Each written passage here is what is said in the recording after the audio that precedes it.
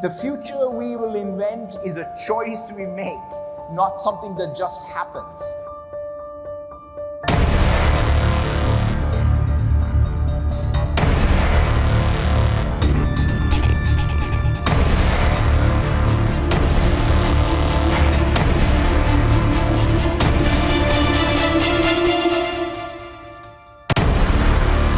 Bienvenidos a la charla, vamos a ver cómo funciona realmente una red neuronal, ¿vale? Esta charla no se parece demasiado a todas las que hemos visto, que van mucho más orientados a exactamente cómo funcionan las herramientas de Microsoft. Aquí vamos a verlo un poco más desde otra perspectiva y vamos a ver realmente cómo funciona una red neuronal por dentro y vamos a ver qué tiene dentro y por qué funcionan, ¿vale? Como es una cosa bastante compleja, vamos a intentar aterrizar y contextualizar. Para ello lo que vamos a hacer es, primeramente, perdón. Disculpa, todavía no nos hemos entendido muy bien.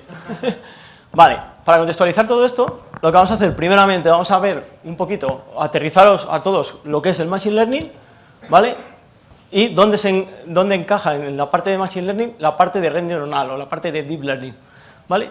Una vez que ya hayamos contextualizado, lo que vamos a hacer es ver las redes neuronales. Nos vamos a centrar un poquito, vamos a ver una introducción, luego vamos a ver la parte de funcionamiento, que yo creo que es la parte más interesante de la charla, donde vamos a aprender cómo realmente funciona una red neuronal y cómo echa sus cuentas, y luego vamos a ver qué tipos de redes neuronales hay. Aquí lo que quiero que os quede en la charla claro es qué tipos hay y para qué se usa cada uno de los tipos, ¿vale? Hay diferentes tipos, no vamos a ver todos, pero quiero que tengáis una idea general de cuándo tenemos que usar cada tipo de red neuronal, ¿vale?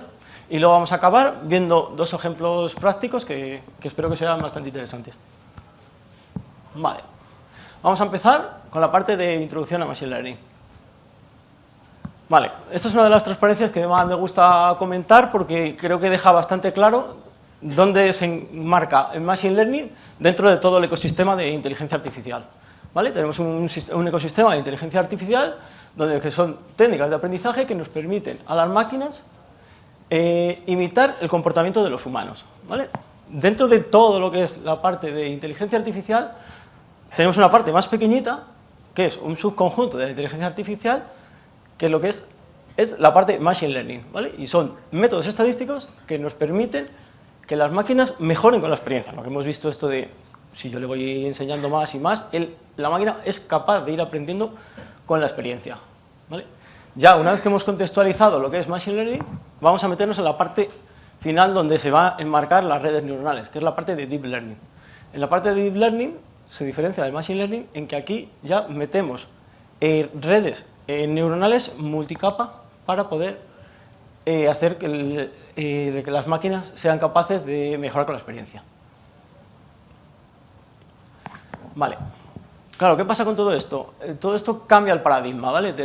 Partimos de un paradigma tradicional en el que tenemos una programación donde cuando hacemos un programa tenemos, por un lado, los datos, hacemos un programa y lo metemos en la computadora y tenemos resultados, ¿vale? Con el Machine Learning ya rompemos ese paradigma y nos cambia el concepto. Ahora lo que tenemos es, por un lado tenemos los resultados, o sea, por un lado tenemos los datos y por otro sabemos lo que tiene que salir, ¿vale? Si yo estoy entrenando una red neuronal y estoy detectando perritos, yo ya sé que eso es un perrito o ya sé que no es un perrito, ¿vale? Pero lo sé a priori. Y lo que vamos a hacer es que nos cree el propio programa que nos detecte si es perrito o no es perrito, ¿vale? Entonces, vemos que cambia totalmente el paradigma, ¿vale? Espero con esta transparencia quede bastante claro cómo funciona. Vale. Bueno, ¿qué es Machine Learning? Machine Learning es una disciplina científica con las técnicas que nos permiten aprender de forma automática de los datos, de forma automática los datos, descubrir patrones ocultos, ¿vale? Y luego nos va a permitir tomar decisiones basadas en datos. No veo prácticamente nada. Vale, pero os quiero contar un poquito más o menos de lo que he estado yo trabajando al cabo de los años y dónde se aplica realmente y en qué se aplica realmente Machine Learning. Aquí tenemos una parte muy simple y que todos estamos muy acostumbrados a ver, que es que Machine Learning se puede aplicar para detectar coches, peatones y tal en imágenes en streaming, ¿vale? Pues nos permite eso a partir de patrones que él va detectando. Luego vamos a ver cómo funciona todo esto de forma de dentro, ¿vale? pero nos quedamos con la idea de que es capaz de detectar objetos, incluso en movimiento, en imágenes, ¿vale? Por ejemplo, quiero mostrar otra de las aplicaciones, una de las que estuve trabajando hace tiempo, somos capaces de detectar, por ejemplo, la demanda energética de un centro comercial y pues somos capaces de predecir cómo va a ser dentro de un mes, 2 meses o tal. ¿Qué conseguimos con eso? Si yo sé qué va a pasar, me puedo anticipar y puedo tomar decisiones antes de que pase, ¿vale? Por ejemplo, yo estoy haciendo la tesis en temas de salud, ¿vale? Entonces, he hecho una parte de una red neuronal que es capaz de... es una parte de psiquiatría, ¿vale? Entonces, yo soy capaz de, analizando con los datos de los pacientes que entran, que tal, que cual, soy capaz de ver cuánta personal necesito en cada una de las épocas del año, ¿vale? Y así soy capaz de poder cuadrar los calendarios de la gente y tal. Si tengo esa capacidad de saber qué va a pasar, puedo anticiparme, ¿vale? Otro de los ejemplos puede ser, trabajé para la DGT también en un tema de red, nos daban un presupuesto y yo tenía que decirle, para minimizar los accidentes, ¿qué acciones tengo que tomar? Pues puedo arreglar una carretera, puedo hacer una reforma, un empalme, un tal, no sé qué. Entonces, todo eso lo podemos meter en una red neuronal y nos puede dar qué prioridades tengo que seguir para optimizar el presupuesto de todas las administraciones, que es limitado, y así poder tomar decisiones. Así ya los políticos tienen menos que decidir. Bueno, luego por otro lado, otro de los proyectos europeos que estuve en el tema es a partir de los molinos que ponían en el mar, ¿vale? Les poníamos una serie de sensores y éramos capaces de predecir si estos molinos se podían romper y en cuánto tiempo se iban a romper. Claro, podéis imaginaros que arreglar un molino en medio del mar no es barato. Entonces, si consigo que no se rompa, optimizo muchísimo los costes, ¿vale? Y el último que he querido poner, lo que estoy trabajando ahora en la tesis, es un tema de reconocer secuencias de cáncer a partir de secuencias de nucleótidos. Esto ahora os sonará muy a chino, ¿vale? La parte del ADN son letras sin ningún tipo de sentido, pero luego tienen algún sentido, pero aparentemente son letras que no tienen sentido, y dentro de ello lo que hacemos con una red neuronal es buscar patrones de tal manera que hay ciertos patrones de cáncer que se comportan de una cierta manera. Si yo soy capaz de encontrar esos grupos de letras que van unidos, sería capaz de decir dónde podemos tener un posible cáncer. A mí todos estos otros ejemplos me parecen que son más asumibles, pero en esta parte podemos ver que eso, aunque pusiese a trabajar a 100 personas durante 10 años, no sería capaz de llegar a buscar estos tipos de patrones. Quería que vieseis la diferencia de potencial cuando lo aplicamos a un sector u otro. Vale. Ahora vamos a ver un poquito la clasificación de Machine Learning, ¿vale?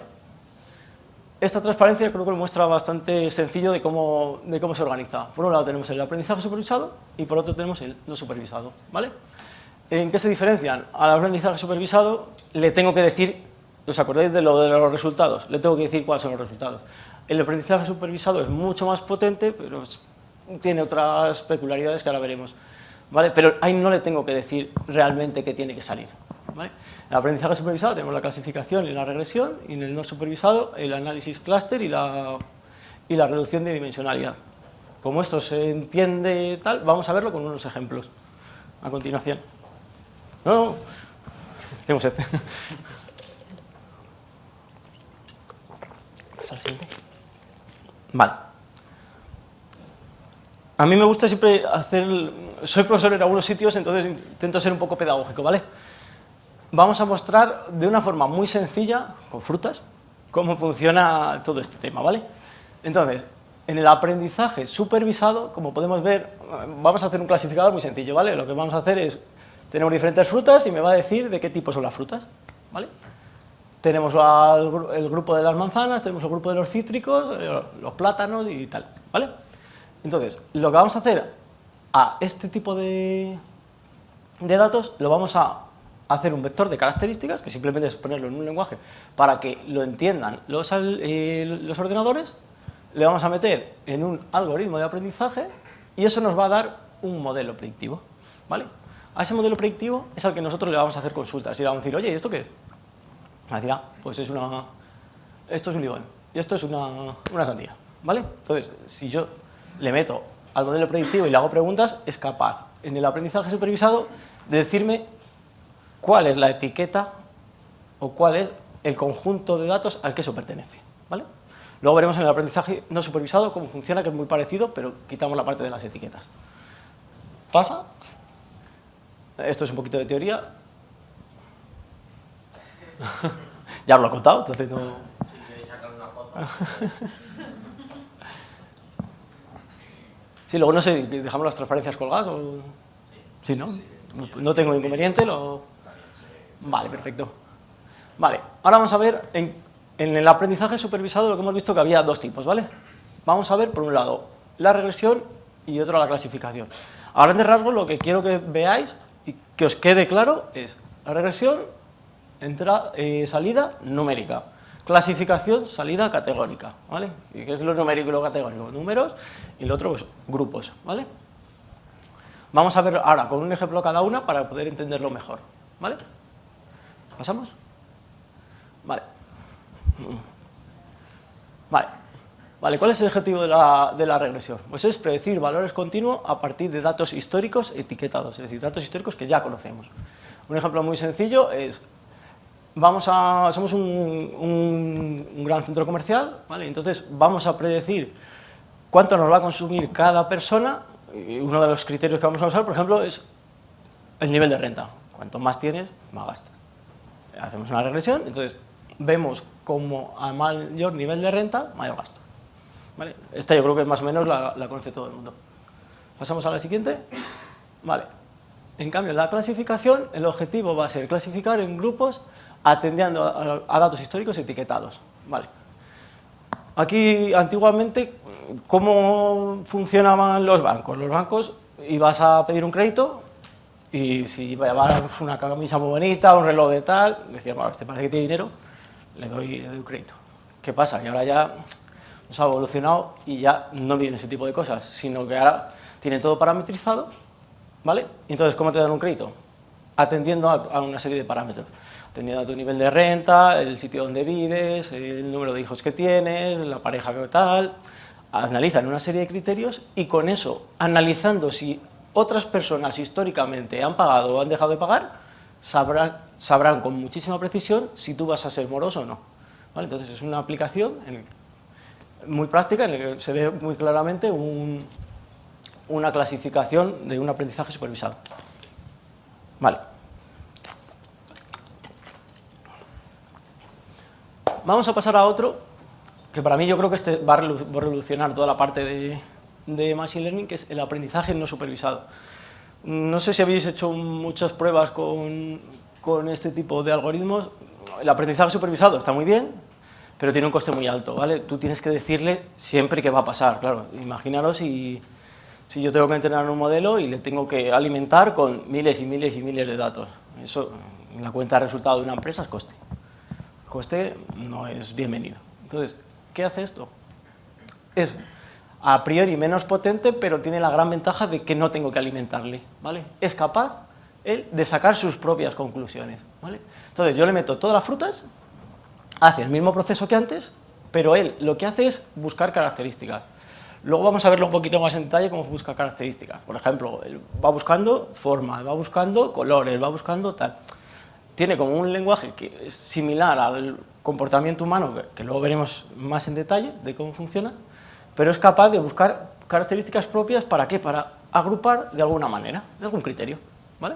Entonces, si nosotros le metemos al algoritmo, al tener el método predictivo, le podemos preguntar, ¿y esto qué es? Y entonces él no nos va a decir, esto es tal, esto es tal, esto es tal, pero nos va a decir, este parece que se parece a este parece que se parece a este, y este no se parece a nadie. Entonces es capaz de hacernos grupos y ya nosotros podemos interpretar esos grupos. Esto, como es otro poquito de teoría, lo podemos pasar. Vale. ¿Qué tipos de algoritmos tenemos en el aprendizaje no supervisado? Hay bastantes, pero bueno, yo quería dar un poco unas pinceladas de los bloques gordos que hay, ¿vale? Por un lado tenemos el análisis clúster y por otro la reducción de dimensionalidad. El análisis clúster es más o menos lo que hemos visto, la parte de hacer grupos. Y la reducción de dimensionalidad, hay muchas veces, bueno, ahora lo vamos a ver en detalle, pero muchas veces cuando tenemos grandes conjuntos de datos, probablemente esos conjuntos de datos están correlados.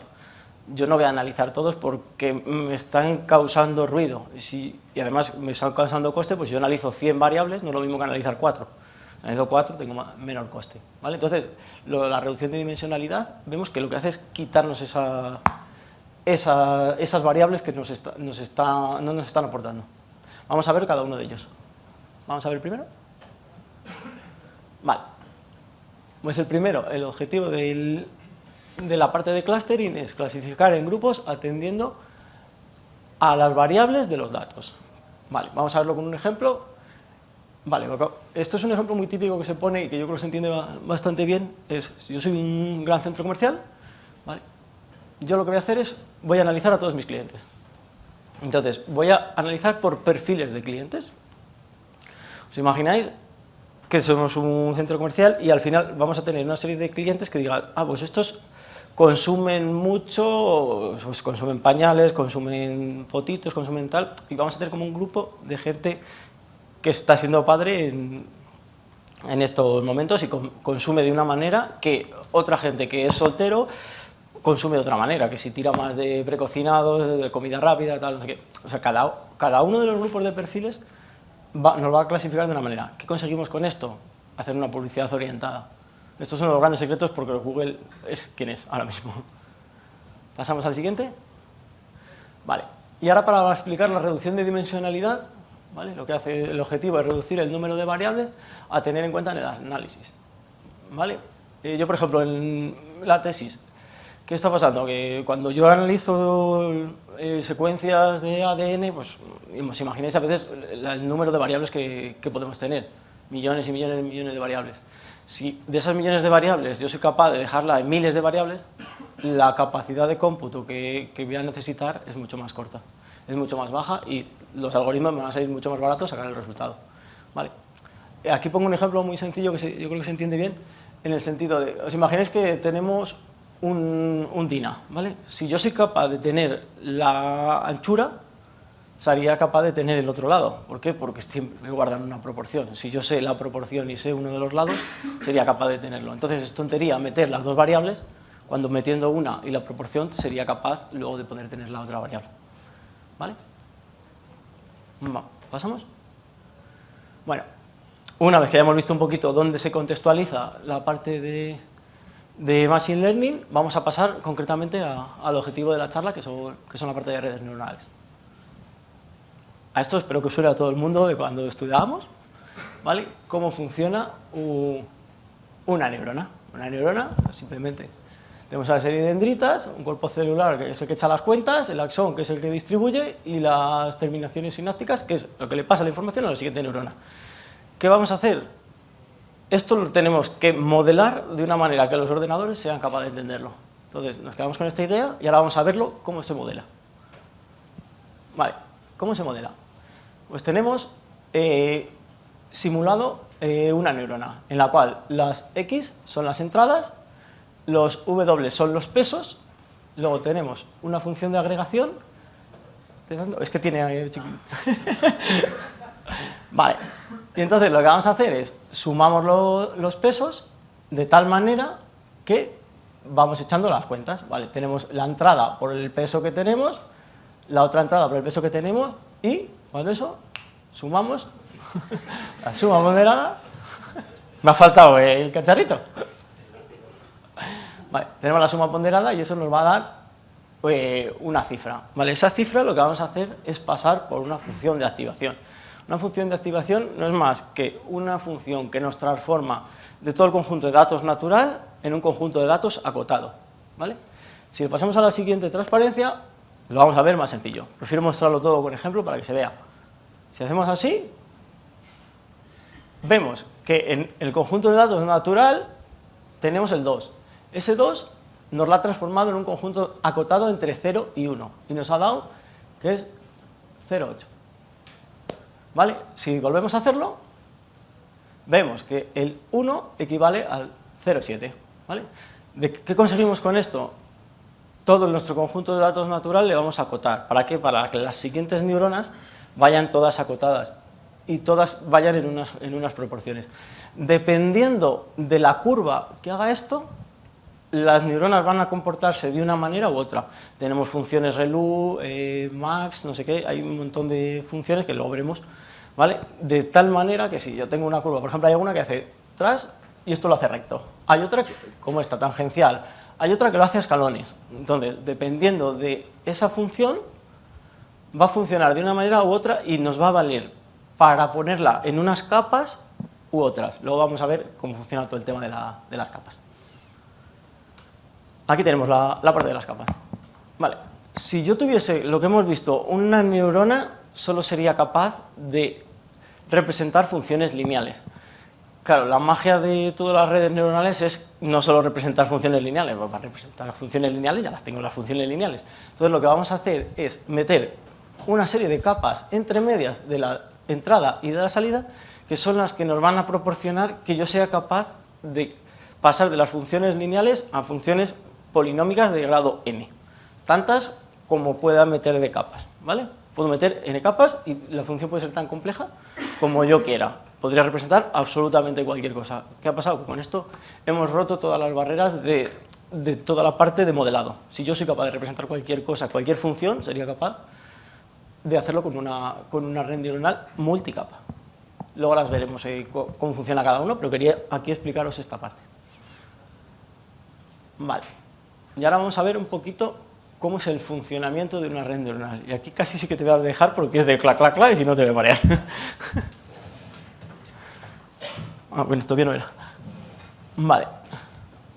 Bueno, antes de empezar a ver cómo funciona, quiero que tengáis en cuenta este flujo, ¿vale? Tenemos la parte de forward propagation, luego calcular la función de coste, ¿vale? El forward propagation es lo que hemos visto, las cuentas que echamos para adelante, ¿vale?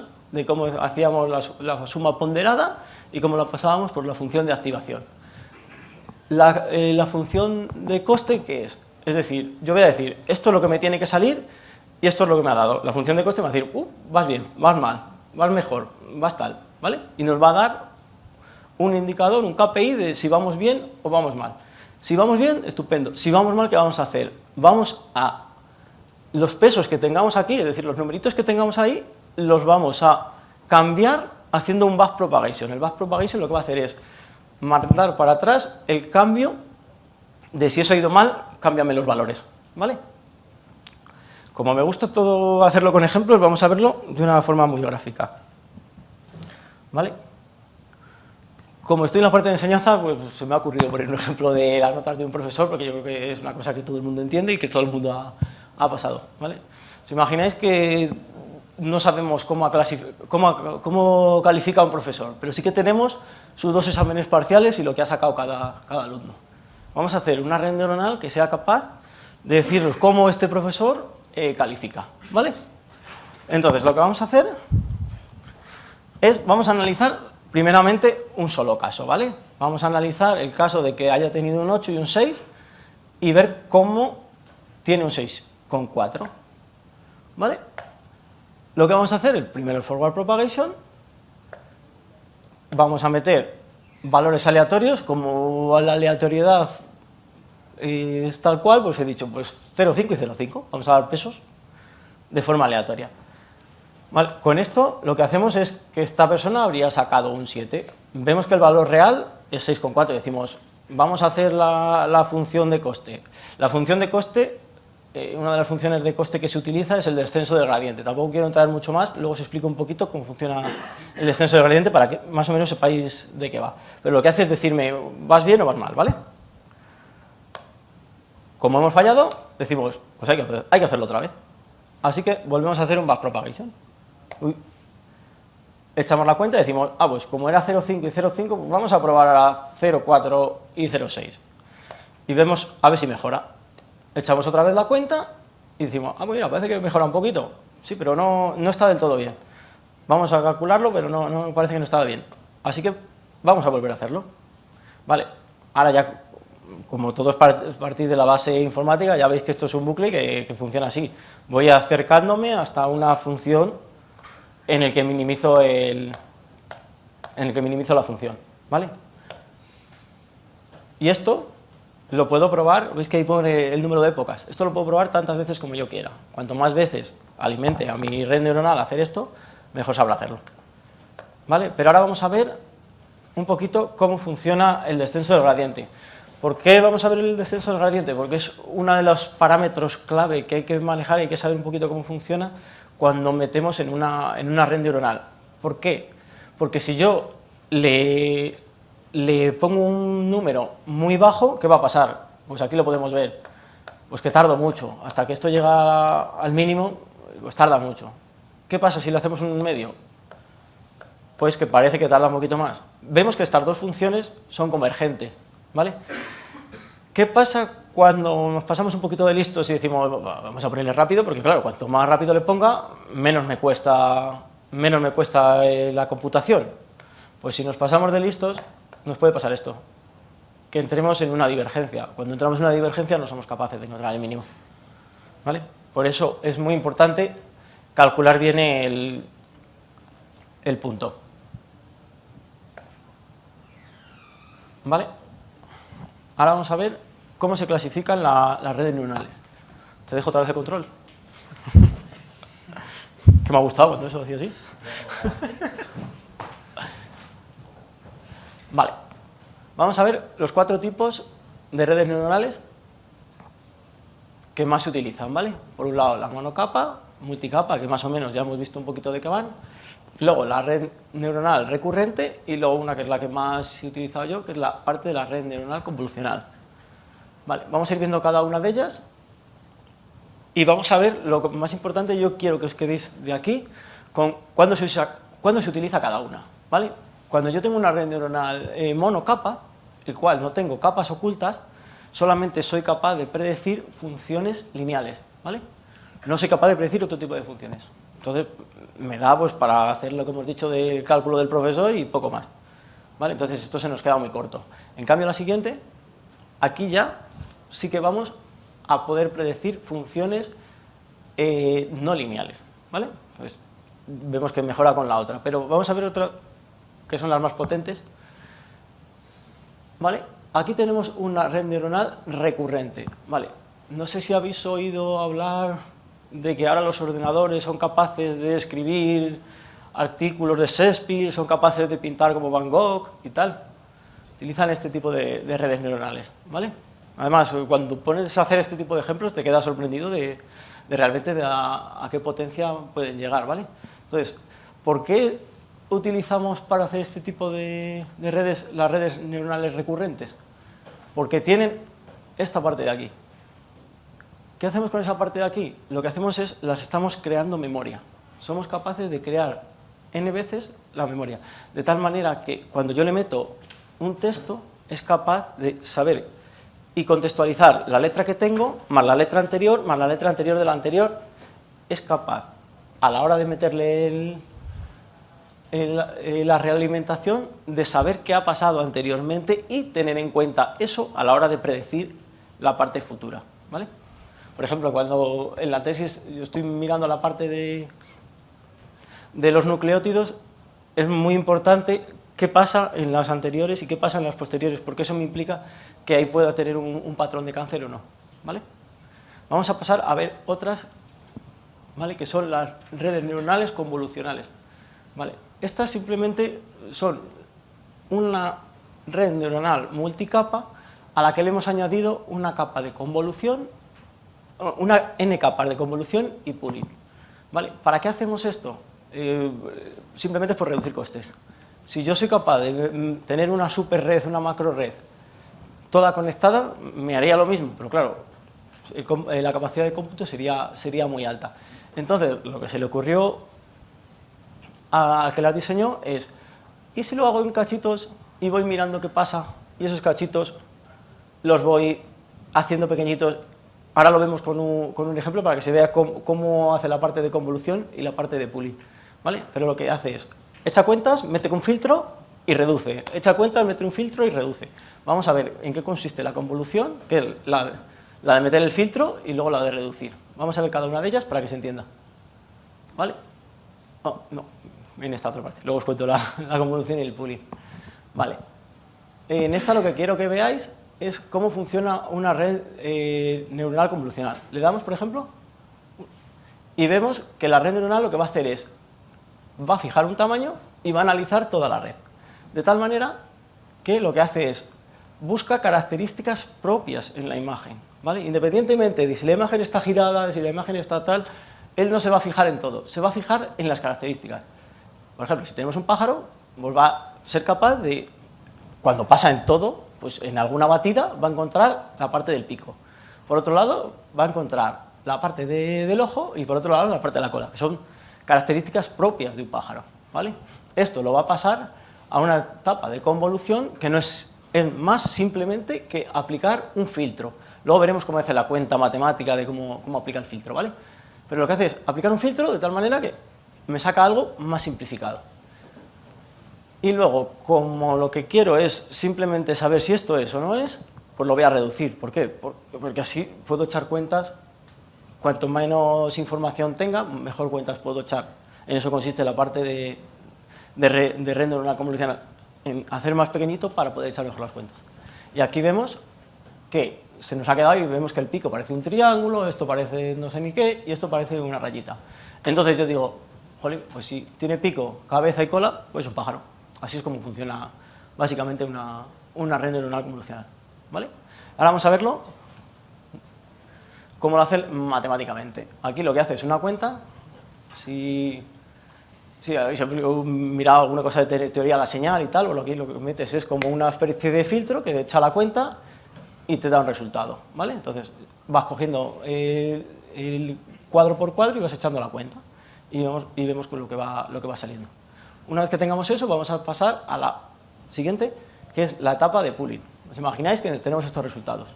Entonces, puedo hacer una etapa de pooling que diga, de los cuadros naranjas me voy a quedar, por ejemplo, hay una función de pooling que es quedarme con el máximo.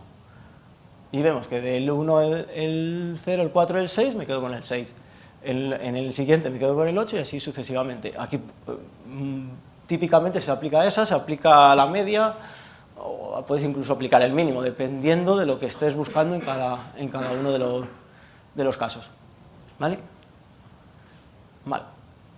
Las redes neuronales tienen bastante parametrización, pero yo aquí quiero destacaros más o menos lo que se suele utilizar más cuando estás entrando básicamente a no usarlas demasiado, sino un poco más de decir, bueno, me lo hace automáticamente todo, pero bueno, quiero entender un poco. Pues cuando quieres entender un poco, necesitas saber este tipo de parámetros, ¿vale? Por un lado, las vamos a meter el número de capas de entrada. Por otro lado, le vamos a meter el número de capas de salida. Luego las vamos a meter lo que hemos dicho. Cada una de las capas, ¿os acordáis de una capa, la capa oculta, la capa tal? Pues cada una de las capas yo la puedo decir de qué tipo va a ser. Decir, pues mira, aquí voy a poner una relux, aquí voy a poner un softmax. Y dependiendo del tipo de capa que ponga, voy a tener una serie de resultados u otros, ¿vale? Otro de los parámetros muy típicos es el número de épocas. Este es el que más sencillo se entiende. Esto es, ¿cuántas veces la voy a entrenar con lo mismo? Pues si yo la entreno 100 épocas, es decir, la voy a entrenar 100 veces con lo mismo. Si la entreno 20, pues la voy a entrenar 20 veces con lo mismo, ¿vale? Y el ratio de aprendizaje, que ya le hemos visto, ¿vale?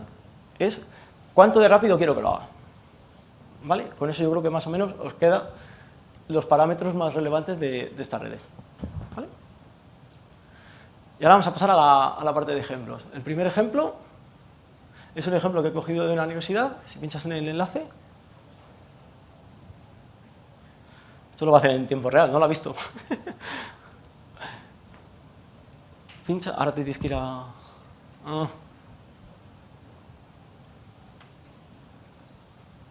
Ahí está, sí. Ahora quiero que aquí dibujes, en este bloque, dibujes un número, con todo tu pulso. ¿Qué foco? Y ya vemos que a pesar del... Bueno, no me ha detectado un 0. Intentaba mirarte un poco. Es que no lo hemos ensayado. Esto es el efecto demo. Haz un 5, que es más fácil. Bueno, aquí vemos, lo que quiero que veáis es cómo todo lo que os he contado anteriormente se ve muy fácil reflejado aquí. Aquí vemos que vamos a detectar un 7, vemos que nos ha detectado un 7 y si no nos dice que es un 6. Y ahora quiero que veáis esta parte. Esta parte es la etapa de convolución y esta es la de pooling, ¿os acordáis? Esta es la que aplico un filtro y esta es la que resumo, ¿vale? Y aquí veis cómo se comporta. Veis que en esta primera capa más o menos se puede entender. Me fijo en esta parte del 7 y está o no está. Me fijo en esta otra parte y está o no está. Una vez que hago esta parte de convolución, veis que el de arriba es igual, pero un poquito más pequeño. ¿Por qué? Porque lo que estamos haciendo es una reducción, ¿vale? Veis que la primera y la segunda capa pues, somos visualmente capaces de entenderle. Pasamos a la segunda capa y ya nadie entiende nada, ¿vale? Pero es el mismo sistema y el mismo funcionamiento. Y en la última capa, aquí vemos que tenemos dos capas de una red neuronal clásica, ¿vale? De multicapa. Y aquí ya vemos cómo echa su cuenta, que nadie entiende nada, pero visualmente ya se ve cómo funciona, ¿vale? Que es lo que quería que vieseis, es realmente cómo funciona la convolución y el pooling de una manera un poco más visual. Y me gustó bastante este ejemplo de la universidad. Vale. Ay. Te lo he preparado, ¿no?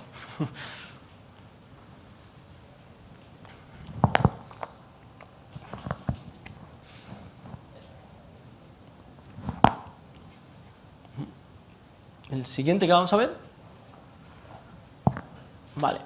Es un ejemplo muy clásico en el cual me supongo que bastantes de vosotros, os espero, conozcáis el conjunto de datos iris, ¿no? El conjunto de datos iris es un conjunto de datos muy famoso con el que todo este tipo de algoritmos se prueban, ¿vale? Por si no le conocéis, lo que se le ocurrió a una persona es medir el pétalo y el sépalo, el ancho y el alto de cada uno, ¿vale? Y con eso detectar el tipo de flor que es, ¿vale? Con esto podemos hacer pues, todos los tipos de clasificadores, ¿vale? Yo lo que voy a hacer es un clasificador aplicando una red neuronal, ¿vale? Para ello quiero que os fijéis en cómo vamos a hacer la red neuronal. Como tenemos 4 variables, nos va a decir que las variables de entrada van a ser 4. Como tenemos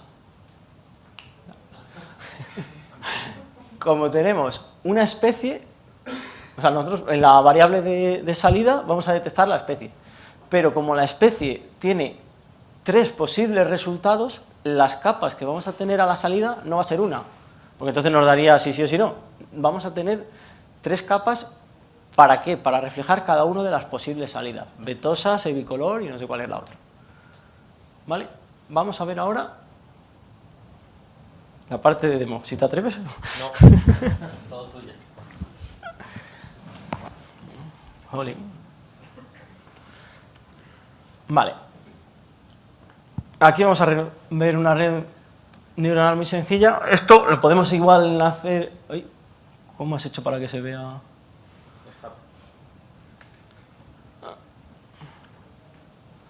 Vale. ¿Se ve más o menos el tamaño? Vale. Vamos a ver cómo programamos una red neuronal muy sencillita, ¿vale? Aquí lo que vamos a hacer primeramente, vamos a cargar las librerías que vamos a utilizar, ¿vale? Una vez que hemos cargado las librerías, vamos a cargar el conjunto de datos. Como hemos dicho, vamos a cargar el conjunto de datos iris. Aquí tenemos lo mismo que hemos visto antes, pero cargado ya en nuestro RStudio. Y ese conjunto de datos lo vamos a meter en una variable que se llame datos, ¿vale? Aquí vamos a preparar nuestro conjunto de datos de tal manera que la parte de training la vamos a separar al 70 y la parte de test la vamos a meter al 30. ¿Por qué hacemos esto? Porque si yo le enseño a la red neuronal con lo que ya sabe, me lo va a acertar. Entonces, para saber que un algoritmo realmente funciona, le tengo que entrenar con cosas diferentes, o sea, le tengo que hacer el training con cosas diferentes al test, porque si no ya le estoy dando pistas de lo que puede salir. ¿Vale? Entonces, por esa razón, aquí lo que hacemos es una parte de training y otra parte de test.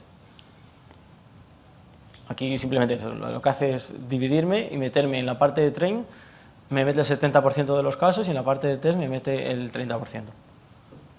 ¿Vale? Una vez que ya tenemos el conjunto de datos, lo que vamos a definir es el modelo. ¿Vale? Aquí lo que vemos es en que en la parte de train le vamos a meter, ¿qué es? Las especies con respecto a, si veis un puntito, es con respecto a todos los puntos. Y le vamos a decir que el conjunto de datos se va a llamar datos. ¿Vale? Le vamos a decir que el método que aplique, aquí he metido el nnet, pero vamos, podemos meter cualquier tipo de red. Aquí aplicaríamos, miraríamos el tamaño y demás, y una vez que eso ya podemos entrenar nuestro modelo. Para entrenar nuestro modelo igual le parametrizamos con los mismos parámetros y ya tenemos el modelo. Aquí podemos ver alguna característica de nuestro modelo, ¿vale?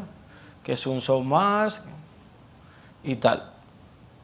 Vale, una vez que ya tenemos el modelo podemos llegar a predecir. ¿Os acordáis de las fases que hemos visto? Pues ahora vamos a entrar en la fase de predicción del modelo. ¿Vale? Entonces le vamos a meter el conjunto de test. Si os fijáis, aquí en vez de meterle el training, le estoy metiendo la parte de datos de test. Entonces le meto la parte de datos de test y ahora lo que vamos a hacer es, una vez que ya la tenemos, pues vamos a ver cómo de bueno ha sido nuestro modelo. Entonces para eso voy a hacer una matriz de confusión. ¿Vale? La matriz de confusión no es más que una matriz que nos muestra en la diagonal los que van bien y en los laterales los que van mal. Es lo que llaman los falsos positivos y los falsos negativos. Si yo cuento la diagonal y tengo todo, pues todo ha ido perfecto. En este caso, por ejemplo, vemos que, claro, como es un conjunto de datos muy sencillito y está un poco viciado, soy capaz de acertar al 100%, porque vemos que en nuestra diagonal, tanto la setosa real como la setosa asignada ha sido el 15, o sea, hemos acertado todas las que había. Del cervicolor lo mismo y de la otra lo mismo.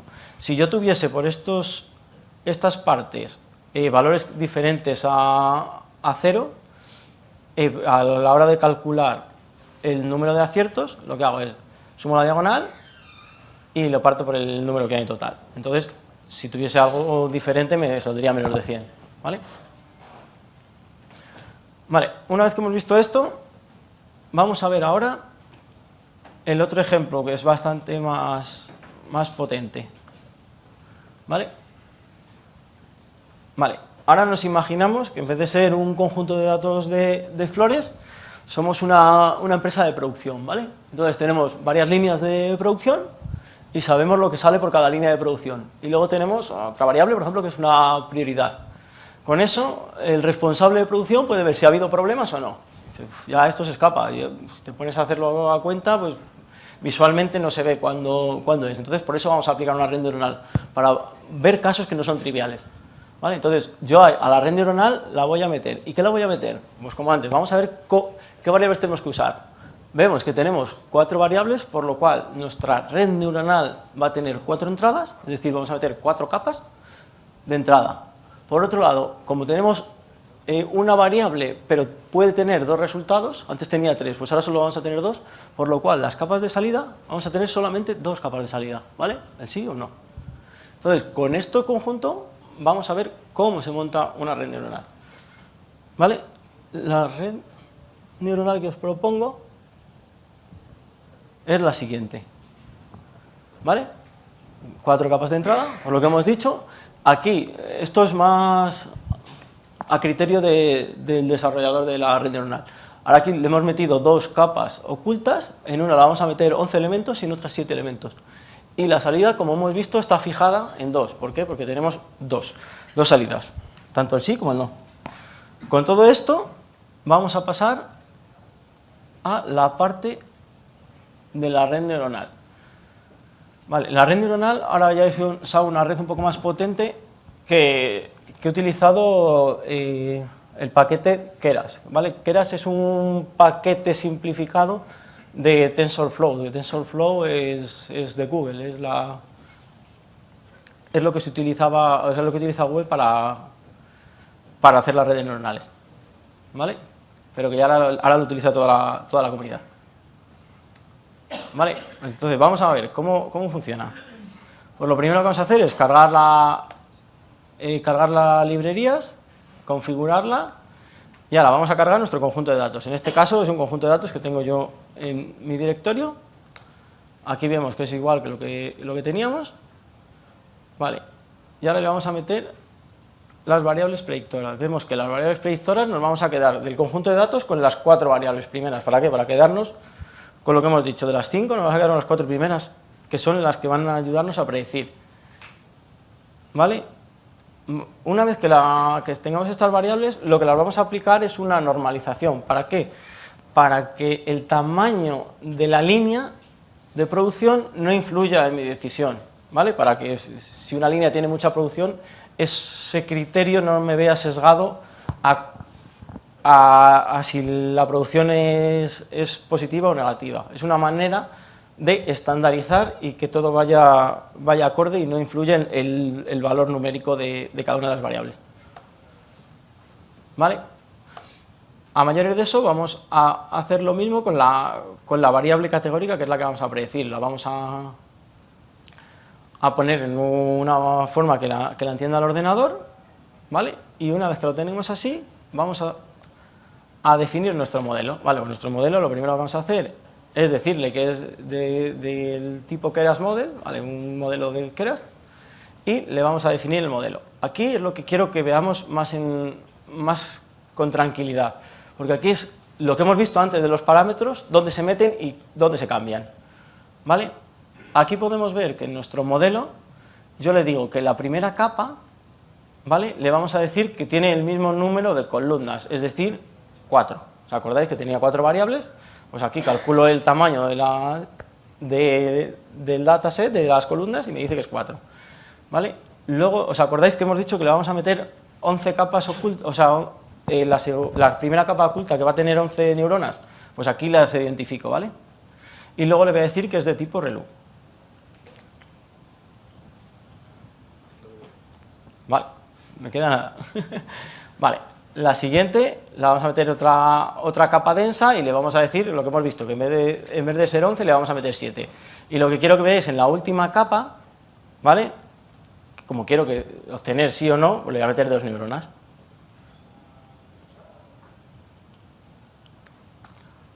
Generamos nuestro modelo y ahora le vamos a compilar. Una vez compilado nuestro modelo, ya podemos entrenar con él. Aquí tenemos el entrenamiento, ¿vale? ¿Y os acordáis de los parámetros que hemos visto? Pues a mayores hay otros pocos, ¿vale? Por otro lado tenemos una variable que es shuffle, que es o los barajeo o van tal cual. Luego tenemos una variable que es tamaño del branch, que como toda la parte de redes neuronales tiene mucho procesamiento, pues a uno se le ha ocurrido que en vez de hacerlo de uno en uno, lo hagamos de bloque en bloque y así optimizamos el proceso, ¿vale? Este es el que hemos visto, la tasa de aprendizaje, el número de épocas también lo hemos visto y este es más que para visualización. Vale, pues una vez que lo tenemos aquí, vamos a ver cómo funciona. Y aquí quiero que vayamos viendo, ¿vale?, cómo va una red neuronal aprendiendo. Y lo vamos a hacer de una manera visual. Aquí vemos que cada vez lo que vamos a estar analizando es el número de loss y el número de accuracy, ¿vale? El loss es como la suma acumulada de las pérdidas, de lo que estamos fallando, ¿vale? Entonces, vemos que en la primera gráfica esa suma de pérdidas va bajando, ¿vale?, hasta que llegue a su mínimo. ¿Qué pasa? Que muchas veces, por muchas épocas que metamos, no conseguimos que baje más. Entonces, ahí es cuando tenemos que decir, no entrenamos más porque estamos perdiendo el tiempo. Y con esto, visualmente, podemos ver dónde se puede parar, ¿vale? Por otro lado, el accuracy nos da lo bueno que es nuestro modelo, ¿vale? Pero no de una manera sesgada, sino si yo le entreno con un conjunto de datos diferente le pregunto con un conjunto de datos diferente al que le he entrenado, no me estoy haciendo trampas al solitario, estoy viendo si realmente ese modelo está funcionando, ¿vale? Y eso lo puedo estar midiendo, entonces puedo ver cuánto de bueno es mi modelo, el entrenamiento con respecto al test, ¿vale? Y aquí en la segunda gráfica es lo que vemos, ¿vale? Vemos que nuestro modelo está mejorando y aquí estamos viendo que tenemos un 83% de acierto, ¿vale?